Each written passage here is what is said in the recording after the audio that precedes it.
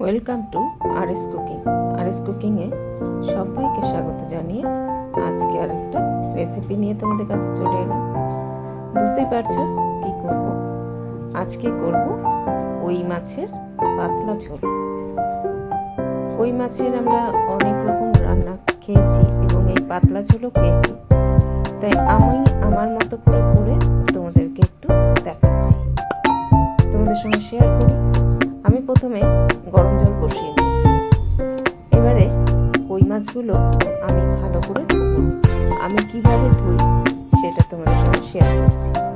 আমি এই গরম জল ঢেলে দিলাম। দেখো মাছগুলো খুবই বড় বড়, কিন্তু মাছের গায়ে খুব ময়লা থাকে এবং কেমন একটা লতলতে ভাব থাকে, তো সেগুলো সব পরিষ্কার করে আমি নিলাম। এবারে একটা প্লেটে নিয়ে আমি তার মধ্যে নুন মাখিয়ে নিচ্ছি।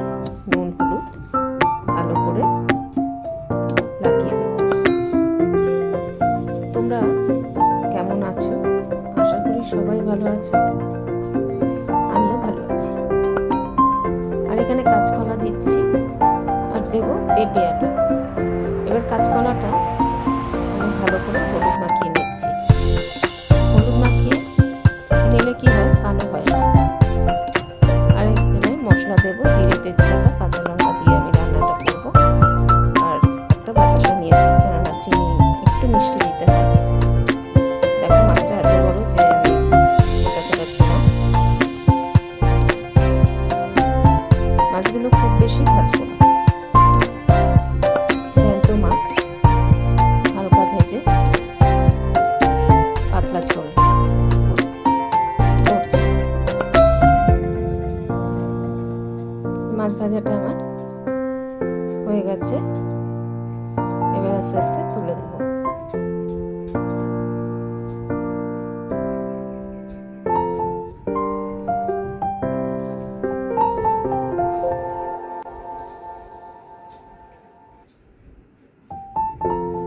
দেখো মাছগুলো খুব বড়, তুলতে পারছিলাম না।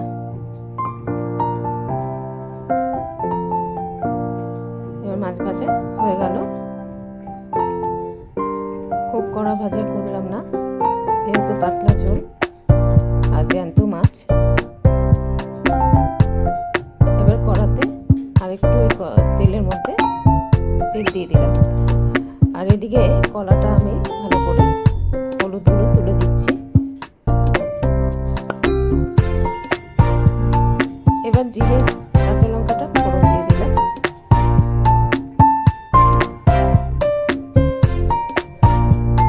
সুন্দর একটু ভাজা ভাজা করে নিতে হবে।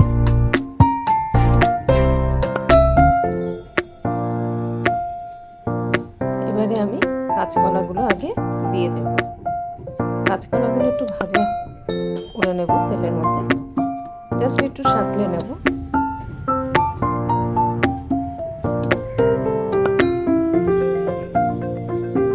হালকা ভেজে তারপরে আমি এর মধ্যে পেঁপে আলুগুলো দিয়ে দেব।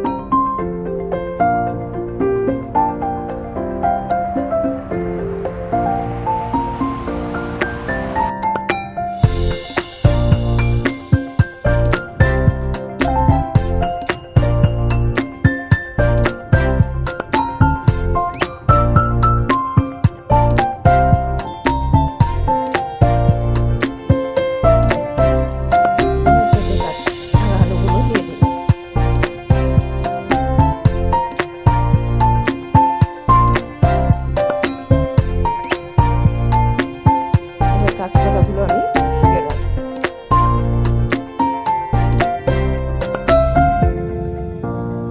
কারণ কাঁচকলা খুব তাড়াতাড়ি সিদ্ধ হয়ে যায়, গলে গেলে ভালো লাগবে না। এবার কাঁচকলাগুলো আমি তুলে দেবো।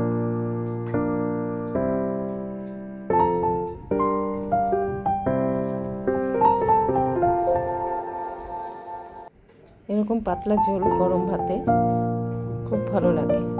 আমি মাছের মধ্যেই কাঁচকলাগুলো রেখে দিলাম একটা সাইডে।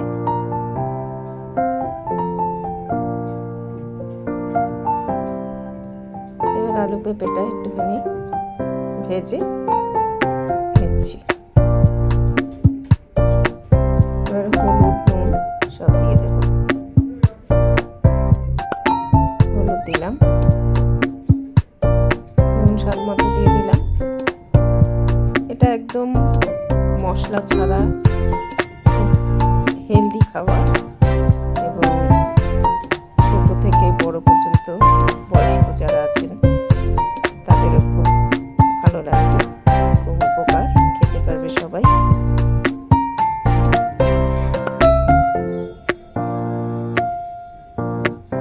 এবার আমি আদা বাটাটা দিয়ে দিলাম।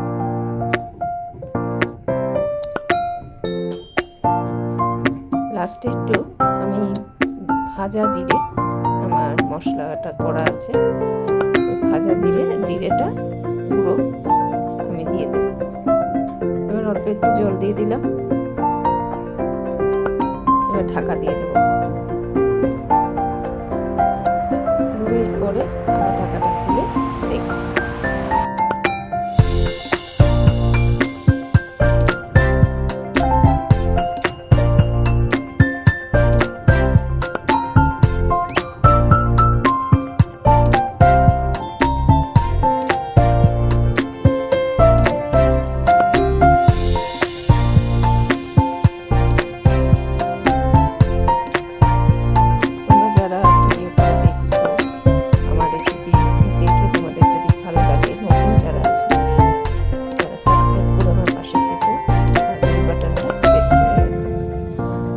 বাতাসাটা দিয়ে দিলাম।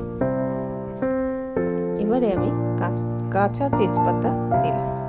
কাঁচা তেজপাতা দিলে সুন্দর একটা গন্ধ হয়, আর কাঁচা তেজপাতার খুব উপকারও আছে। অল্প একটু জল দিয়ে দিলাম। এবার আবার কিছুক্ষণ কষিয়ে নেব।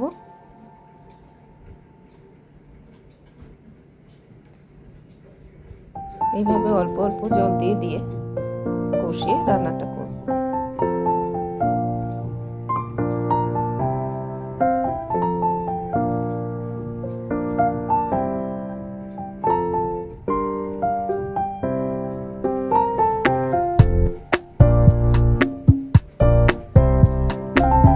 গরম জল দিয়ে দিলাম।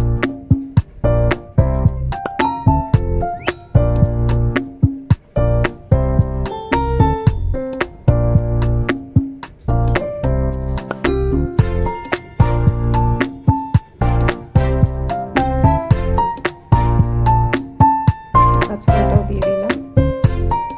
সব ভালো করে ফুটবে,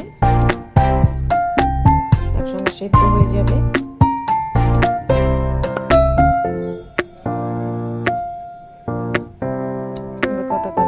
ছিঁড়ে দিয়ে দিলাম। একটু ঝাল না হলে ভালো লাগে না, পাতলা ঝোল তো। 2-3 মিনিট ফুটিয়ে আমি মাছগুলো দিয়ে দিচ্ছি। মাছগুলো দিয়ে আবার কিছুক্ষণ ফুটিয়ে নেব। মাছের ভেতরে নুন মশলাটা ঢুকবে।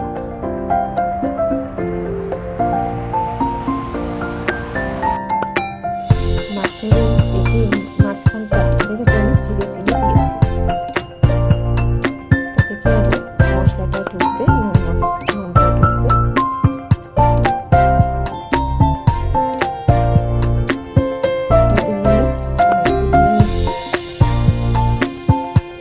ভাজা জিরেটা দিয়ে দিলাম,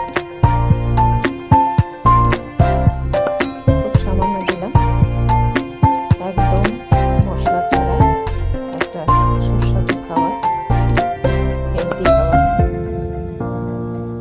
এরকম একটা রেসিপি সবাই খেতে পারবে, ছোট বড় সবাই।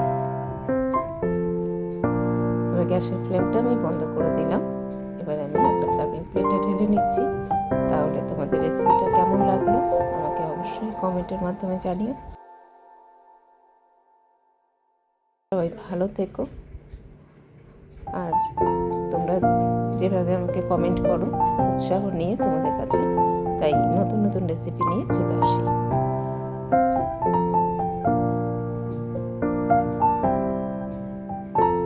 তাহলে রেসিপিটা এটুকু থাক। সবাই ভালো থেকো। সুস্থ থেকো।